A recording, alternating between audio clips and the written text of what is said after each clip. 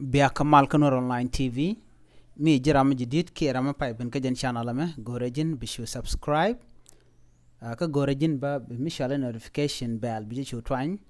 Ko bi writing content ba las kare kajan channel bi ke chu ajege. Gwadan dan enti ko online ki ki internet. Nor Online TV be non rach katin talk rewini nuari ki re we South Sudan awona ka witin kokien. Kejan gwasame bana writing läär. General Chol Thon chelar no bume no ba mesh kep rewe ka juba. Bume eno ba mesh ba ka kep.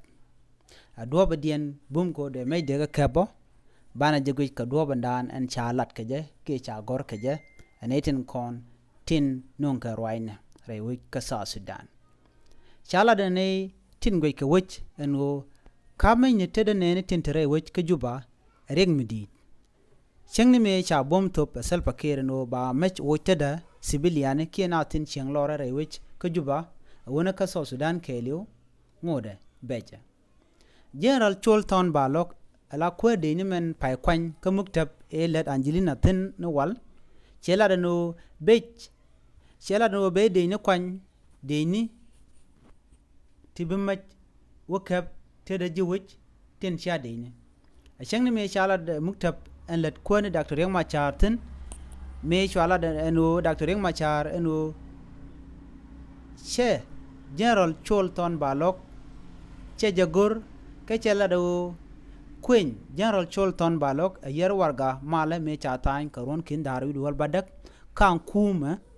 ke kam kuma South Sudan kene kuma en chalke yayo ke kuma metador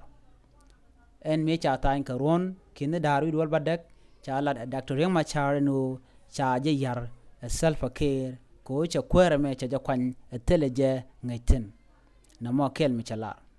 chalat a kwer jiwich en chalke is civilian society activi michal ke edmund yakani lada jeno en ngoden cha yorpin self care chebo gwasda ko tele deyni te chariale ka tibunas dial tintere wegang cha bunok anas tin la tribal militia ki jidawi tin ganka wi ken ke chur kana nas tin cha me ken bulon ka kap jet kana tin la hok kana na tin la hok na da match keni de kontila na nak keni de kontila gat la kan kanan ka bom chikena bunok en mishit kana mo en mishi kuma shakulo nyoko nyurten shalat ba executive director of the community empowerment netin kon kena tin la jiwich e chum enwo mi wuji wuja ngaje no ba me ken ke ba kuma be ken me ken taw gwan me chaga bijekten muluno bume ma eno de make up she mije dungno me ken kuma ni tinte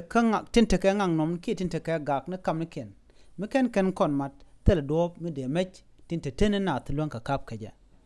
en kuma ngode ken roda palping ki ken roda yalaka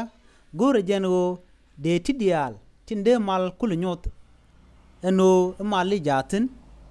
de nat kul woko de wich tol ke yenten cha gorno de tre wich de ka konta ke link ke de ka takamat de mishit kana mo de je kul lalet kanas ngoda ken la de mishit kana mo yakani shela de no muno kuma jeno ba mal no mo wi kon mo ka gang te ba tek nat gu chagwa ko sha goro be te ke tigrara dien mi bijen ko kor gwa de cha on no de me de ga kep ka tun ka ron kin daru jandaro chote ka kor mi din mi shu na ti chop ko kor jin ngwani badak tek diena ne de kor jin ngwani badak ka ne di tek dien chabat ka jan gwasam me wa kap ka me ken ti yakani jela no tele security ki gang ti chari aleka no ba na ten kap ka mech ken luang ka kap idi ko tele yiram de bat anyok ke techi rodien konat ka gwase chewa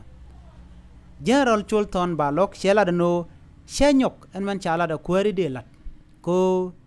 de nyeri aleka ti de mech to ka kabre we ka junub cheluno loka man chalat akwen salpaker eno shenyok dungdo ka kwi ko tele me chari aleka ka kwi insecurity entertain bumelong no de men nat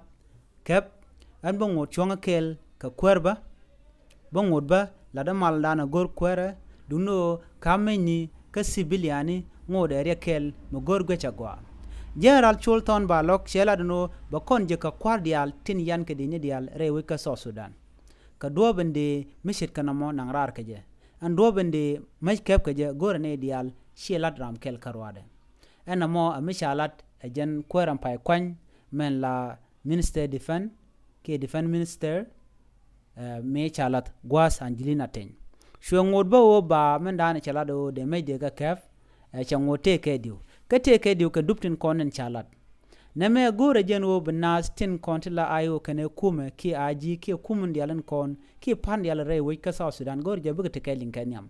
mu gor ga jen woto ba mal bala let bana yik te kamal kam niken ba ne dialen kon tin dong jaka we kete shunga ba ko le lonka kap mi kan kuma kan rodo kon lin kan kon te kamat de me de ga longa kabde re we ka South Sudan shi party kel shi jen de we de jago to ba mech ba kep ko kune ti jela o loko ngum betuok na mo ngode akor mi ge ko dong der mi jeg der no